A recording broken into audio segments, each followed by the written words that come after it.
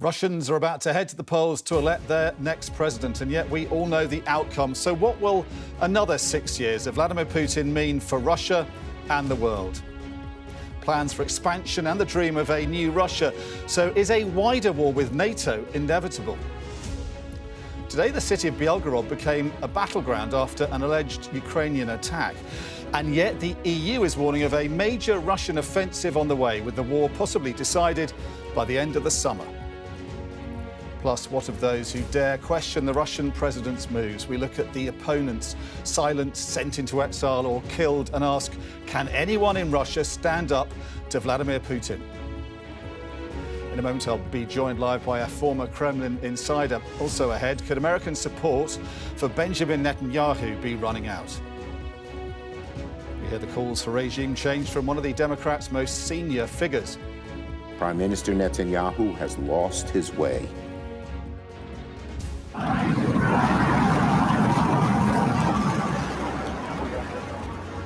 And Elon Musk aims for the stars with the most powerful rocket ever built. But could this space mission lead to humans building cities on Mars? That is all coming up on The World with me, Dominic Waghorn.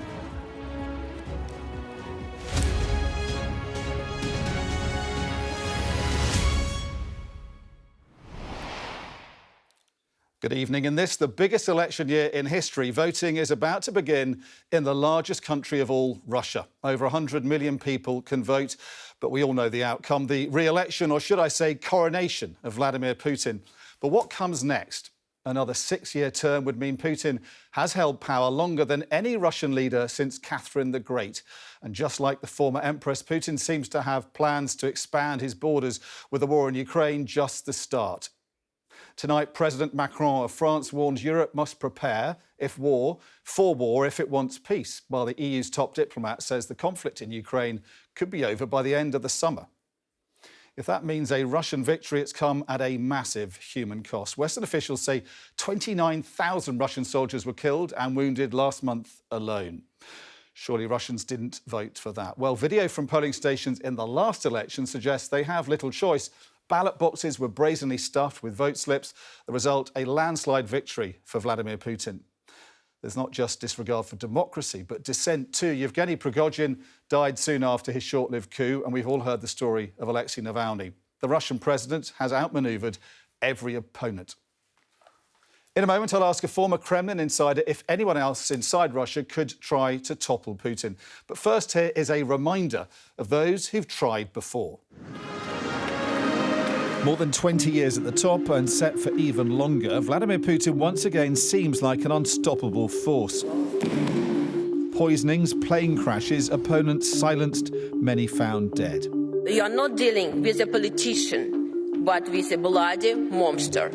These are the brave people who've dared to defy the Russian president and paid the price. Putin was blamed for high-profile assassinations from early on, among the first in October 2006. Journalist Anna Politkovskaya shot in the lobby of her apartment, a fearless human rights investigator and Kremlin critic. Her death a shock in Russia and the West. But a month later, now in London, former FSB agent Alexander Litvinenko was poisoned during a meeting with 2 Russian spies.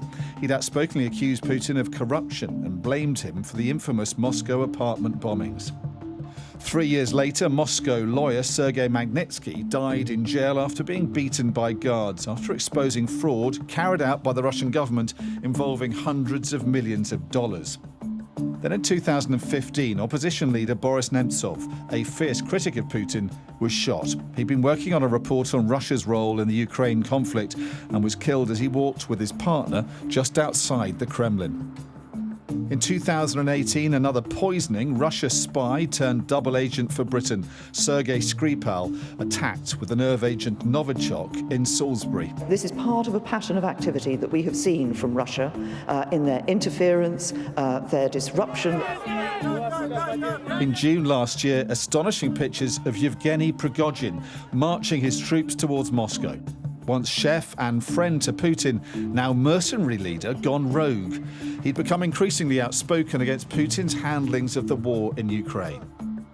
2 months after his coup fizzled out, his plane crashed north of Moscow in mysterious circumstances. And most recently, Alexei Navalny, Putin's arch nemesis, whose YouTube exposés embarrassed the Russian leader. He was poisoned first with Novichok 4 years ago, then arrested on his return to Russia before dying in an Arctic labour camp last month.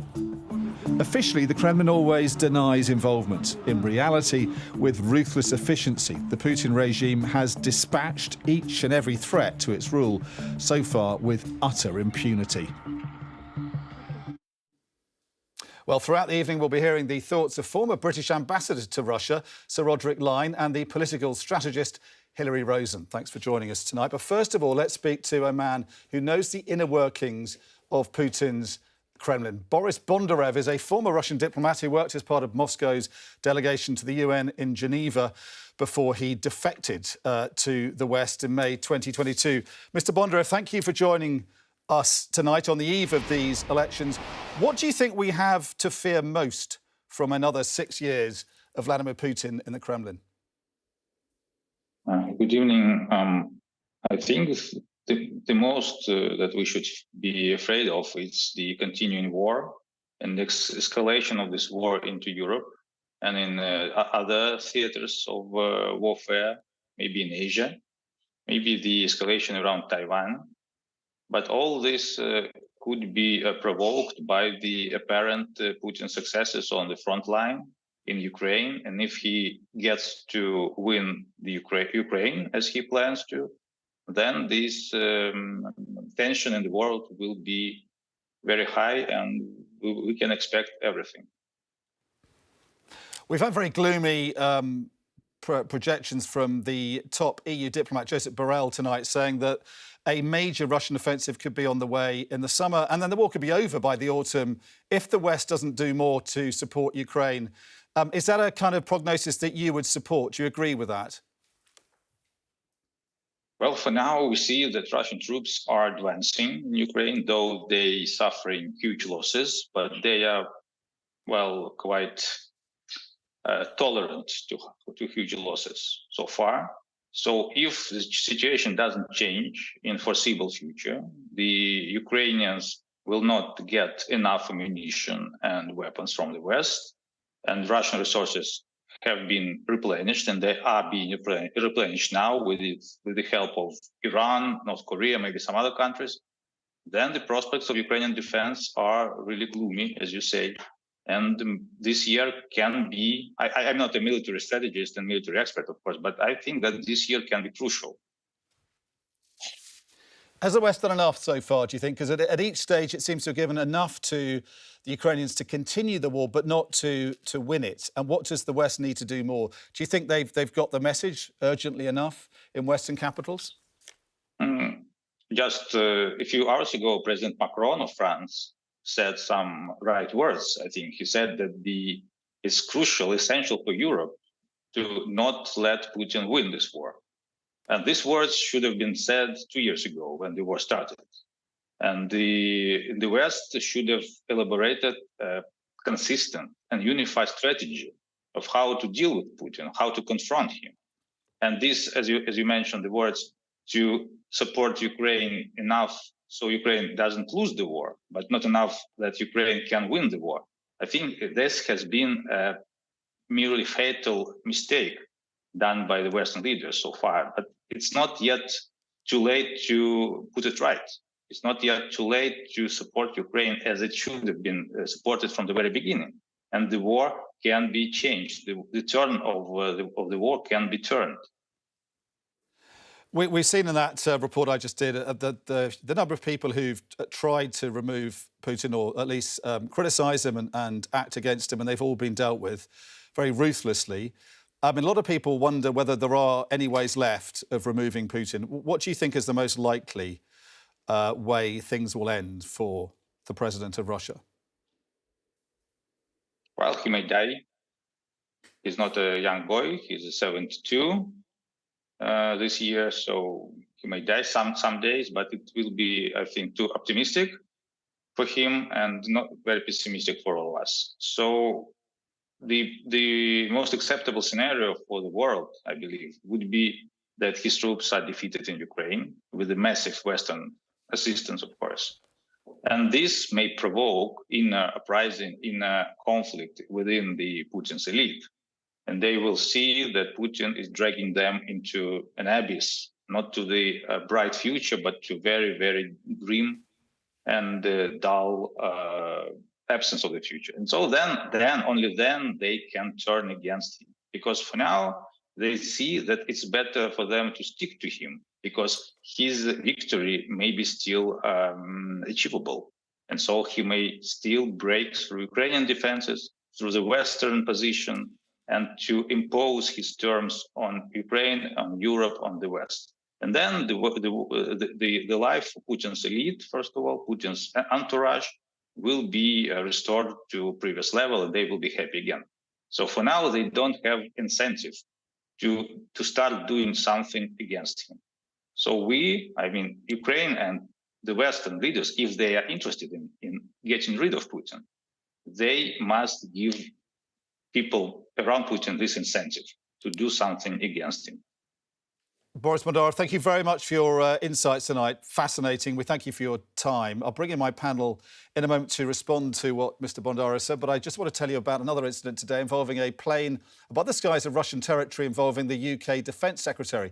Russia is expected or suspected to have jammed the satellite signal on a RAF plane taking Grant Shapps back to the UK from Poland yesterday. A defence source told the Times newspaper who had a journalist on board that the act was wildly irresponsible. So another twist in the Ukraine-Russia story on the eve of these elections. With me in the studio tonight, former British ambassador to Russia, Sir Roderic Lyne, and the political strategist Hilary Rosen. Thank you for joining me tonight. So, Roderic, let's start with you. As you were posted there in the early 2000s, I think the message from Mr. Bondarev seems to be that the West is not taking the threat of Putin seriously enough and hasn't done enough to help Ukraine. Is that a fair analysis, do you think? Not entirely. I think it's taken very seriously, but I think we should be doing more. And obviously there's a big problem in America where the aid package has been held up in Congress. But the Biden administration, I think, will continue supporting Ukraine for as long as it is in power in Washington. I think the Europeans are going to continue supporting Ukraine, will provide weapons and economic support to Ukraine. And I don't think that the Ukrainians are ever going to surrender their freedom to Russia. So I think it's unlikely that the war is going to finish this year. Putin has set himself up for a very long war. It will get more difficult for Russia from 2025 onwards because the costs of the war are mounting all the time in casualties and in financial costs. But Joseph Borrell is saying that he may not need to wait that long. That this war could be over by the end of the summer. Could have a major Russian offensive, and if the West doesn't do enough, Russia could win by the autumn. Well, I think he is probably trying to gee up more support. I don't agree with him with that prognosis. I don't think most experts do. The Ukrainians have dug themselves into defensive positions. They may have to concede more territory, but the war ending this year, which implies a total Ukrainian defeat, seems to me highly unlikely.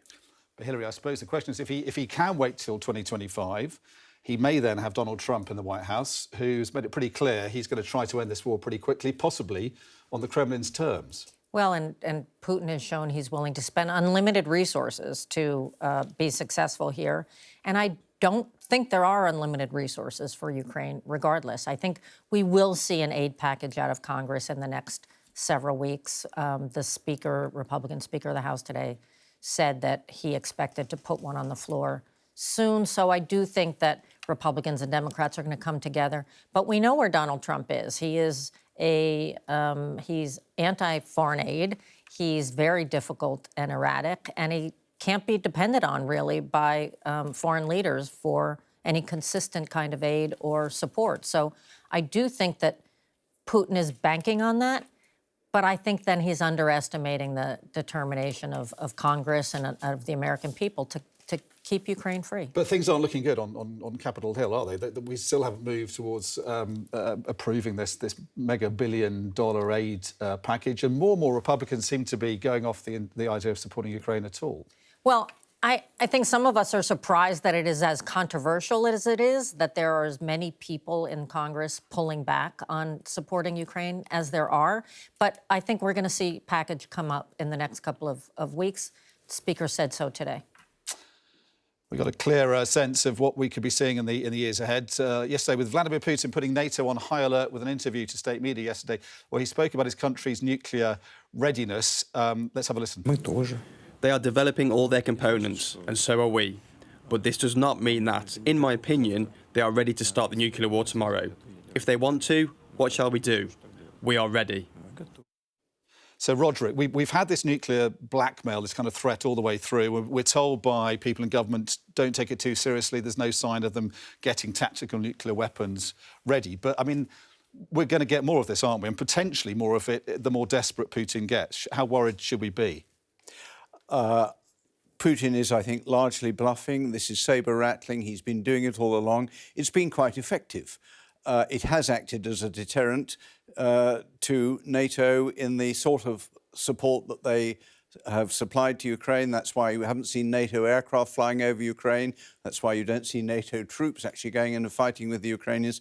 But we have to remember one very important factor, which is the Chinese, on whom Putin now depends absolutely for support, because he hasn't got much from anywhere else other than North Korea and Iran, have made it very clear that they would be utterly opposed to the use of nuclear weapons by the Russians. Certainly the Russian military have looked at possibilities of using tactical, low-yield battlefield nuclear weapons there, so you can't ignore that. If it's even only a 1% possibility, you have to take it seriously. But I don't think it's going to happen in current circs. I think it would only happen if Russia was facing defeat, facing the loss of Crimea. They would look at that option again. So you're saying, I mean, we can hang on till 2025. Eventually, Putin's luck's going to start running out. All the things he's sort of put in place are going to start dwindling, and he'll start losing the advantage.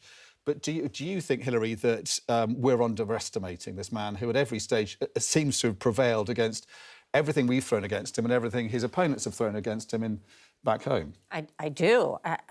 Putin has one big advantage that Ukraine doesn't have, which is he has virtually an unlimited number of troops, ground troops, with the population essentially being shown the level of propaganda that they have. There still actually is, inside of Russia, a significant amount of support for Putin's war, which he tells them is a war of freedom against NATO. And Ukraine doesn't have that. And as long as the West and NATO countries are not willing to put troops on the ground, Ukraine is, I think, eventually going to struggle even more. Would you agree, Sir Roderic? I mean, eventually we could be looking at defeat by the autumn, possibly? Firstly, I don't see a circumstance in which NATO will put troops on the ground, despite what President Macron said the other day. Secondly, the pool of Russians willing to go and get killed in Ukraine is not bottomless. At the moment, they are using people from backward regions who are being paid 4 times their average salary, with a very big bonus if they get killed or injured, to volunteer to go to Ukraine. They are going to get more and more difficulties in finding people who will volunteer. They can earn good money working in the defence industry. And this is going to get harder as time goes on for Russia as well. Putin has not dared to order a second mobilization in Russia, because when he did order a mobilization in September of 2022, it was incredibly unpopular and recruiting centres got burnt down.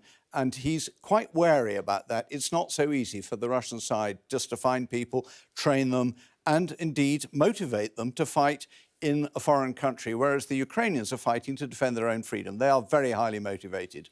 We'll leave that there. On the eve of Russian elections, let's move on to what we have next. So you're watching The World with Dominic Waghorn. After the break, is time ticking for Benjamin Netanyahu?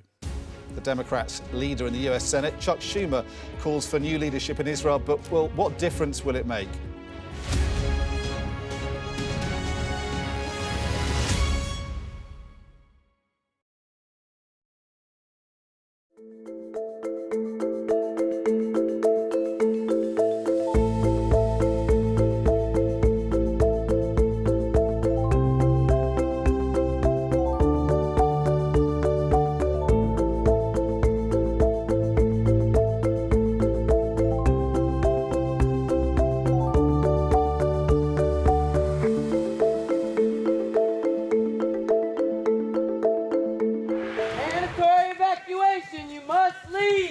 For many people, Harvey is far from over. Christchurch has been changed forever by what happened here. There was a river of blood coming out of the mosque. That's a scene that you don't forget. Ida has certainly left its mark on New Orleans. it just feels heartbreaking. We help you understand the world with us. We are standing on the supply line right into the heart of America's opioid crisis. I've reported from around the world and around the UK. Are you trying to run me over, Sir Philip? No, go away. Look like it, sir. Will you respond to those who've made accusations, Sir Philip? Can you go away? Joe Biden knows the celebrations are over, and this is a country in crisis. You don't want to be remembered this way. You always want to be remembered as something positive. It is almost impossible to predict where these fires will go next. This gives you an idea of the strength of those winds, strong enough to bend and twist metal. Do you regret the tweet, Gary? There's no sign, publicly at least, of either side being willing to give ground. How do you reassure the public that all of these mistakes wouldn't be made again? I'm Greg Milam, and I'm Sky's Chief North of England correspondent.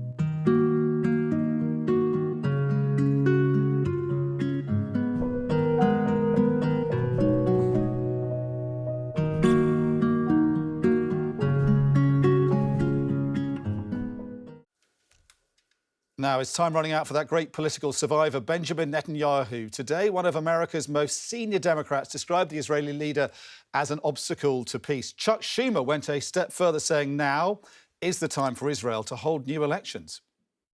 Prime Minister Netanyahu has lost his way by allowing his political survival to take the precedence over the best interests of Israel.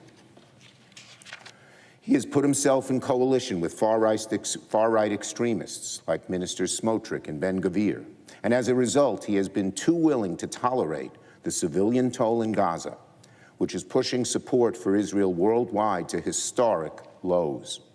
Israel cannot survive if it becomes a pariah.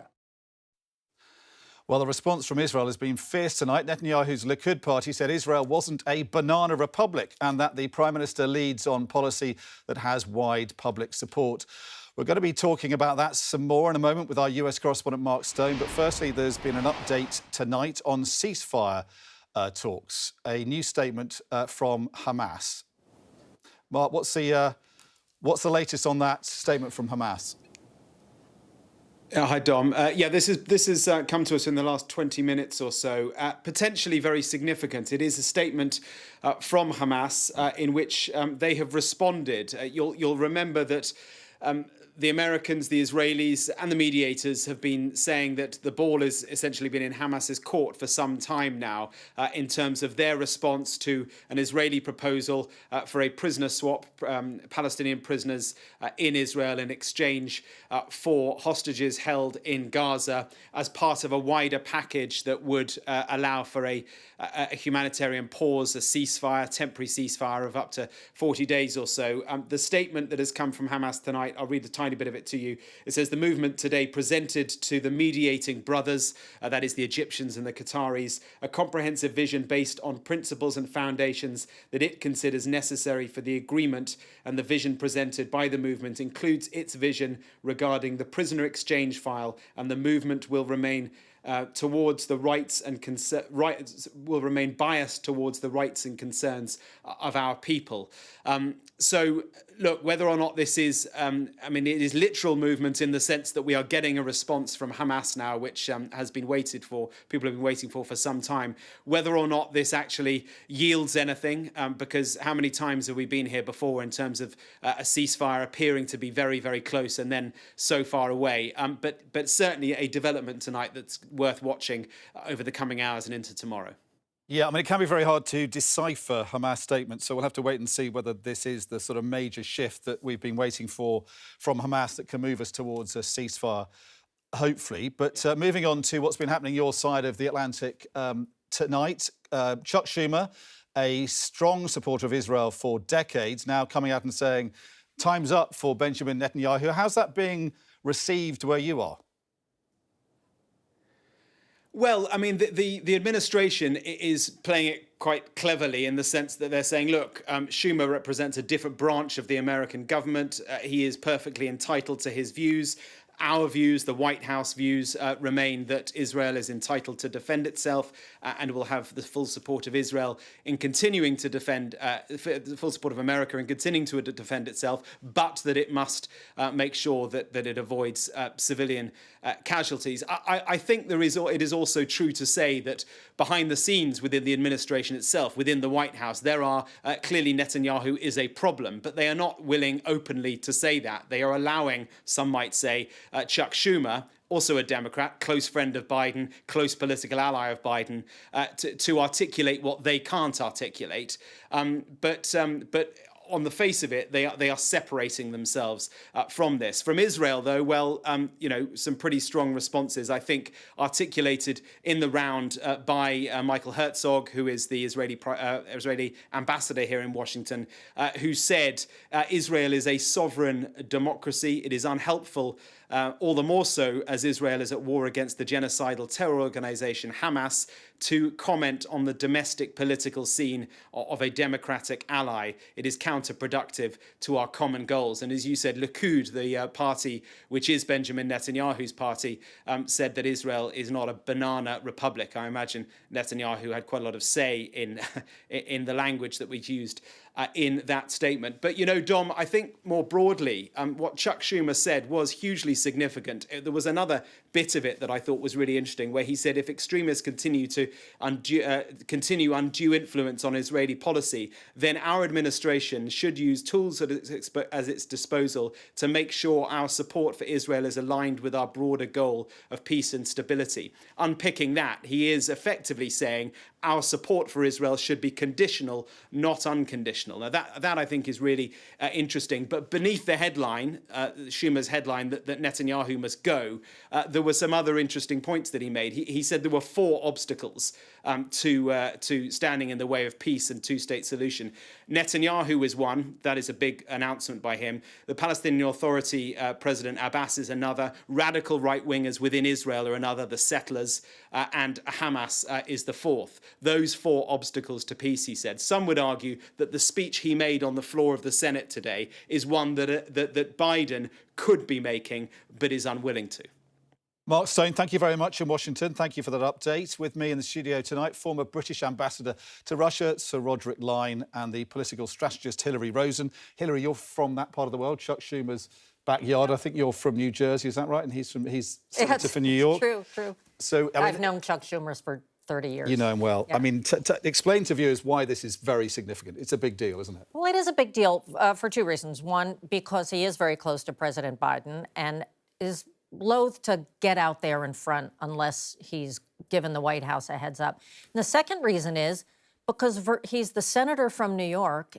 20% of American Jews live in New York. So he has really put himself out there and I thought when I read this today, he has said the quiet part out loud. you know, this is what everybody thinks about Netanyahu, that he really is an obstacle to peace, that he really is, you know, sort of ignoring the global sentiment here. And Schumer is a secure enough politician in his position. He's not going anywhere. He's not up for re-election. He's not vulnerable. He's a secure enough politician to just call Netanyahu out. And I think a lot of people have been waiting for some American leadership on pushing Israel to focus more on ending this war. So how worried should Bibi be by this, do you think? And is it kind of some kind of posturing, sending a clear message from the White House as well? Or is this a clear sign that amongst many American Jews, they've run out of patience with the man? Well, it's beyond American Jews, of course, but American Jews as well. And when American Jews lose their patience with Israel, that, you know, says a lot. I think in this instance, the Biden administration has no choice and shouldn't waver from supporting Israel. But calling on Israel to be more strategic, to be more thoughtful, to focus on humanitarian aid, to try harder to separate the Palestinian people from the Hamas leadership, that's what is this pressure, I think, is clear. And whether Netanyahu follows it, who knows? And so, Roderic, and we've heard a lot of impatience from Joe Biden, some rude words about Netanyahu in private, saying he's doing more harm than good. We've heard some criticism from Lord Cameron. What can the West do to make Benjamin Netanyahu do more to toe the line over both getting more aid into Gaza, but also not going in too offensively into areas like Rafah? Well, I think the West generally, particularly, you know, the British government, if you like, could well take a cue from Schumer. I think for Netanyahu, it's a question not of whether he goes, but when. He's already alienated a large part of the population of Israel, first with his attempts to control the judiciary. Then he was blamed for Israel's unpreparedness in October. And now the tactics that the IDF have used in Gaza have again lost Israel a lot of support that it enjoyed after the Hamas attacks. Yep. I think the British government is trying to be very active with other Western governments in the aid operation. It is certainly putting a lot of emphasis on the humanitarian aspects of this. And you can see that the pressures are mounting on Israel on both sides of the Atlantic now to bring this operation to an end. So, Roderic, thank you. Well, it's interesting to see where this goes next. Who else is going to speak out against the Israeli Prime Minister next? Northern Ireland's First Minister now has urged the United States to bring the same critical approach to pursuing a ceasefire in the Middle East that it once brought to Northern Ireland. Michelle O'Neill and her power-sharing partner, Deputy First Minister Emma Little-Pengelly, are in Washington and will meet President Biden at events marking St Patrick's Day. They've been speaking to our senior Ireland correspondent, David Blevins, in their first joint interview since assuming office 6 weeks ago. They are the toast of Capitol Hill, Michelle O'Neill and Emma Little-Pengelly, the two women sharing power in Northern Ireland. And the First Minister is urging the United States to bring the same focus to peace in the Middle East. I will always recognise the role, the constructive role that the US administrations have always played in terms of the peace process. I don't believe we would have had the Good Friday Accord if we had not have had the role of the United States. So we're grateful for that. But I think that same critical approach, that practical approach that they applied to the Irish peace process, they need to now apply in the Middle East, and I will urge that in every opportunity on this trip. This is their first international outing, a mission to attract inward investment. We can't do this alone. We can't grow our economy alone. We need that foreign direct investment, and we want to work with our universities, with those businesses, with those that are willing to invest to really make Northern Ireland a thriving, better place that we want it to be. And in their first joint interview, they were presenting a united front. And how is the relationship in this honeymoon period? Have we had a row yet, or is it all going swimmingly? No, we've been determined to build that good working relationship because, look, in politics there will always be challenges ahead. We know that. We know there's big issues coming up. But what we do know is actually by trying to work together constructively through that, by building those robust relationships, that gives us the best chance of finding those solutions. America's a deeply polarised place. It's just decided that two elderly men are going to compete again for the presidency. What can it learn from two women who are not ready for retirement, sharing power, compromising at the helm of government in Northern Ireland? Well, I wouldn't like to think we're getting ready to retire, David. We only got into the job. But listen, domestic politics is for the American people to discuss. For us at home, we're relatively young, we could still say that, in the executive, and determined to lead and to do our best. you know, people have their own observations about American politics. I'll stay out of that and use this week to beat our own drum in terms of what we're trying to achieve in terms of investment. For decades, the United States has sent peace envoys to Northern Ireland. But this is a role reversal. The two women who share power in Belfast, now showing a deeply divided America, what can be achieved when people compromise. One the daughter of an IRA man, the other the daughter of a loyalist gun runner. Together, they are a symbol to the world of peacemaking. David Blevins, Sky News in Washington. Well, some remarkable bipartisan friendship there at a time when the rest of the world seems to be in more and more conflict. This is The World with me, Dominic Waghorn. After the break, the alarming rise in anti-Semitism. A report from Antwerp in Belgium, where police are stepping up efforts to protect one of the largest ultra-Orthodox Jewish populations in Europe.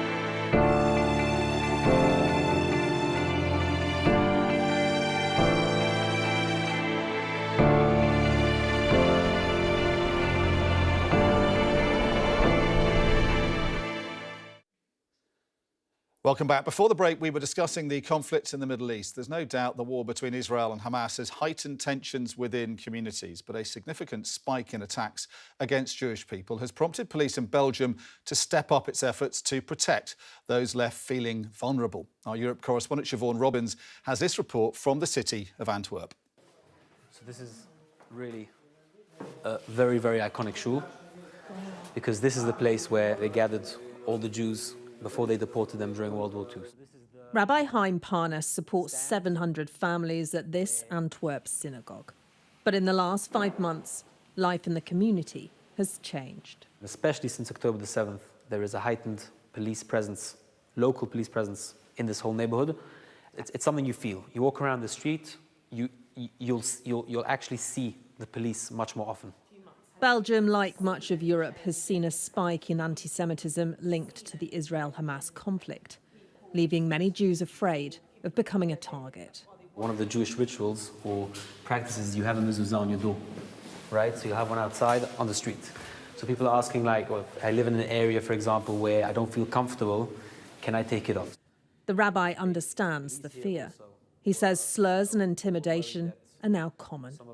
I don't know why I have to be afraid to walk down, the university corridor and someone's going to shout dirty Jew at me. For some reason, that's legitimate. As long as I'm Jewish, I become part of the conflict, and I am a target for those who are anti-Israel. People are afraid. People are afraid. And the attacks aren't just verbal. Dozens of Jewish graves were desecrated in this cemetery in southern Belgium. Beatings and assaults have also been reported. Antwerp has the largest Hasidic Jewish population in Europe. Here, authorities received 90 reports of anti-Semitism in the 6 weeks after the 7th of October attacks. A couple of months ago, I went with a friend, and we were chased at, and kids were screaming, "You want to die? We'll kill you." Teenager Daniel says he's been threatened and chased with a razor. And how does that make you feel? Sad, unsafe. A few things that I've had to change was that I have to cover my head. I need to hide my couple and keep low profile just because I know someone could start doing things. Shockwaves from the conflict in the Middle East are still being felt thousands of miles away in Antwerp. Some people in the Jewish community here told me they believe that abuse has actually been ticking up slowly over the last few years. But then October the 7th happened and incidents have rocketed. They say it's because people now feel emboldened to carry out hate crimes. Anna and Charles, yes. Wow. So these are the guys that saved your life, That's really? the one to save my life. Holocaust survivor Regina Schlusny finds the growing hostility deeply disturbing. She says some Jews are so scared they've packed bags in case they have to flee. We really feel it, that it's much, much worse than it was before. People who had family who didn't come back from Auschwitz, they certainly do. They are very scared. They think it's going to start again. Security has been stepped up, but it doesn't stop the fear or heal the divisions being opened by the ongoing war. Siobhan Robbins, Sky News, Antwerp. Discuss more about anti-Semitism, that report from Belgium, but of course a big problem in London and in Britain ever since October the 7th, certainly got worse since then. Hilary Rosen, political strategist, and Sir Roderic Lyne, former British ambassador to Russia, to discuss this further as we have been discussing other stories. Hilary, let's start with you first of all. Obviously, it's a big problem. It seems to be getting worse. It is terrifying a lot of Jews in this country who feel they can't go out at certain times of the week where the protests are happening and the rest of it.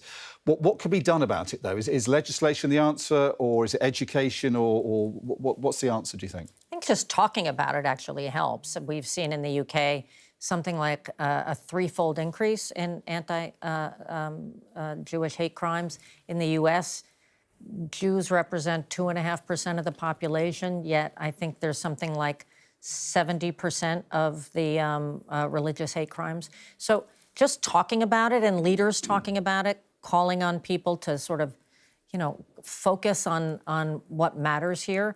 Now, we've seen some hate crimes against Arab Americans, against the Arab community here in the UK, and that's not okay either.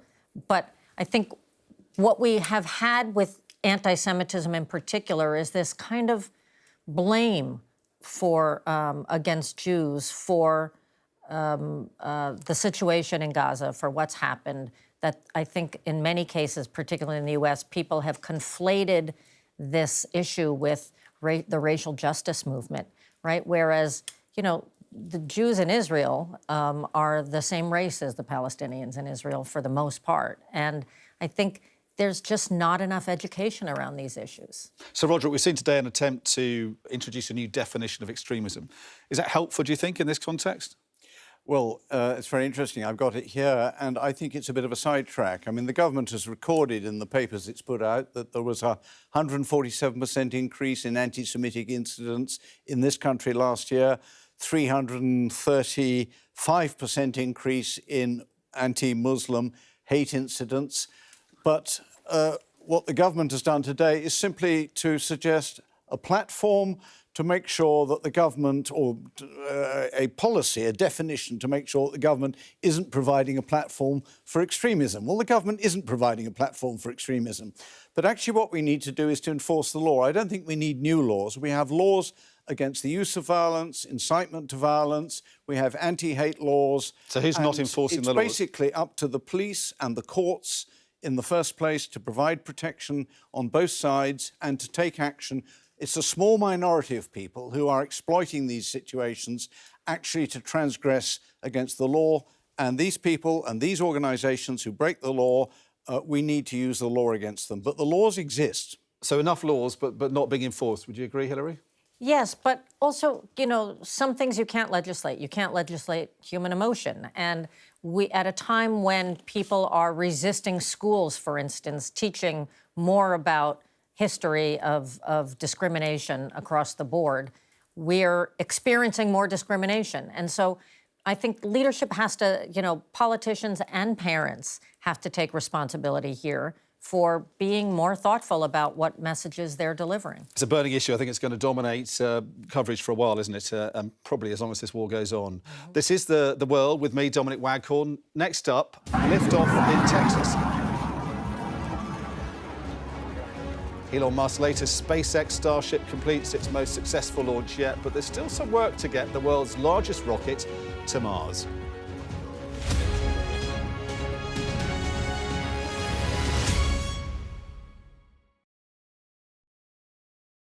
Well, I kept him to his 4 months. I did everything I could to keep him, but back there, no flat, no nursery, no job, you know, the whole things went together. At 4 months, I finally sort of threw in the towel and thought it wasn't fair on him to see him dragged up in awful situations.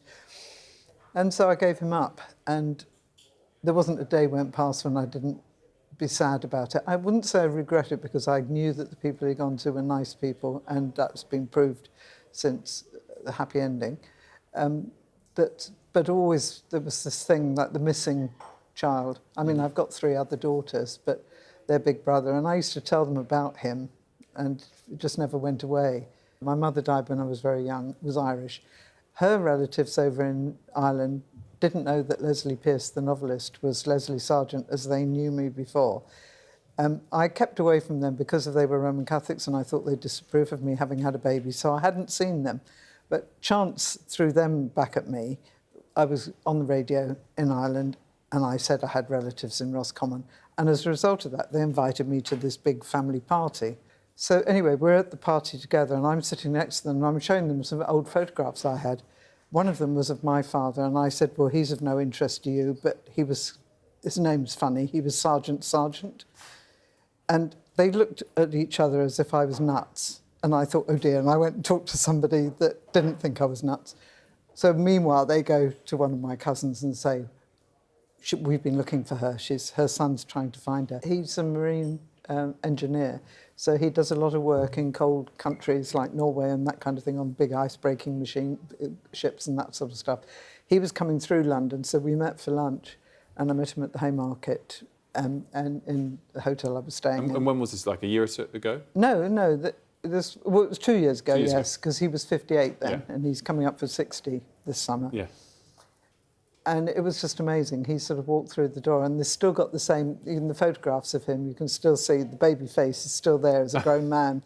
You know, I just wanted to get hold of his cheeks and kiss him, and because I didn't, because we're the British Reserve, you know, we'll save that. When all the time I'm wanting to put him on my shoulder. Yeah.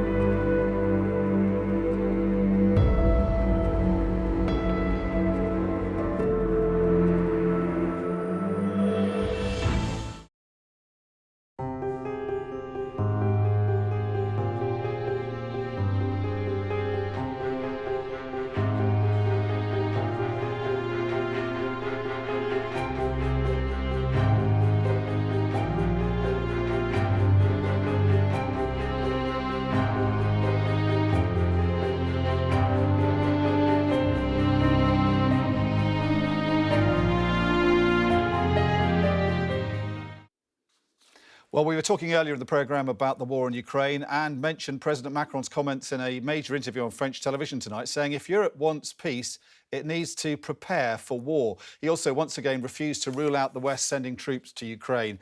We've just brought that in. Let's have a listen to what the French president had to say. We have one goal. Russia cannot and must not win this war.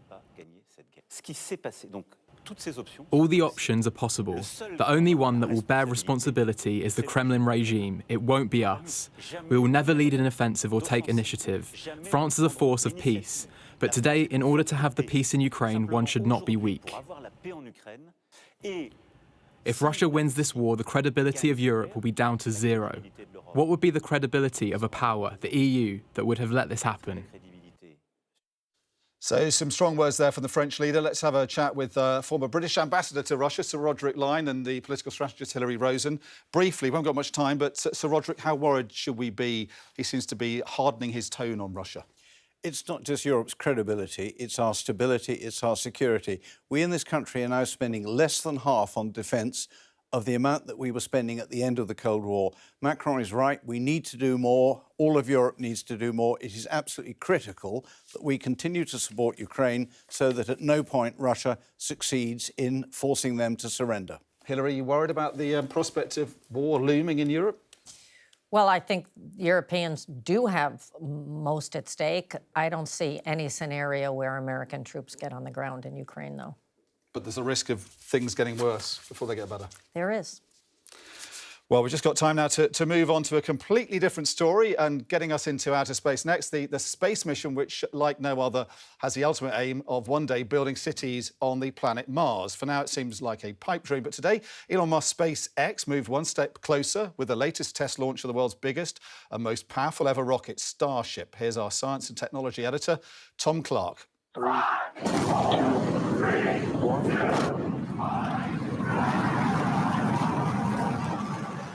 Apart from the 5,000-ton rocket, there was a lot riding on this launch.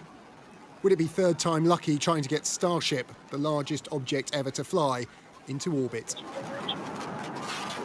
Liftoff was flawless, and with camera technology advancing as fast as rockets, broadcast live in HD. Starship separated from its super heavy booster exactly as planned, a milestone as this is where things came explosively unstuck during a test last November. The booster, a reusable design, was supposed to slow to a hover above the Gulf of Mexico, but some of its engines failed and it crashed to the sea. We're getting a few engines. But by then, Starship was cruising in orbit. Cameras on board captured key tests like a payload slot opening and closing. Then came the ultimate goal. Oh man, we can see the heating on those flaps as we're starting to re-enter the Earth's atmosphere. Using Starship's 4 movable fins to orientate its 18,000 heat-proof tiles towards Earth for re-entry. But the unprecedented images of the deorbiting spacecraft were to be its last. Signal was lost, the spacecraft probably disintegrating over the Indian Ocean. This is not a failure by any means. For me, if you learn from tests, then it's a success. We will find out how much was learned, for sure, but from what I saw, there were lots of milestones hit there. Starship is the only spacecraft big enough to carry people to the moon and beyond. Many question Elon Musk's interplanetary ambitions, even the business case for projects like Starship. But last year, his company launched more payloads into space than any other company or country combined. Some proof of Musk's motto, if you're not failing, you're not innovating enough. Tom Clark, Sky News. Well, extraordinary pictures there in space of this extraordinary spaceship. Let's talk about that now with former British ambassador to Russia, Sir Roderic Lyne, and the political strategist Hilary Rosen. What does that make you think, Sir Roderic, when you see that? Does it bring it all back, the great space programme of the past? It reminds one of John F. Kennedy saying we'll get a man on the moon by the end of the decade, which the Americans did. Now the Americans are saying they're going to target Mars. The American program, space program, has taken technology to levels that none of us ever dreamed of. We hear a lot of negative stories out of America, things going wrong, divided communities, homelessness in San Francisco. They're all true. But at the top end, America can do the most astonishing things, and this is another example of it. So inspirational, Hilary. Would you agree with that? I mean, and why is NASA not doing this? Why is it Elon Musk? 10% of NASA's budget goes to SpaceX right now. So I think a lot of people in America are asking this question, why are we handing over our space program to Elon Musk?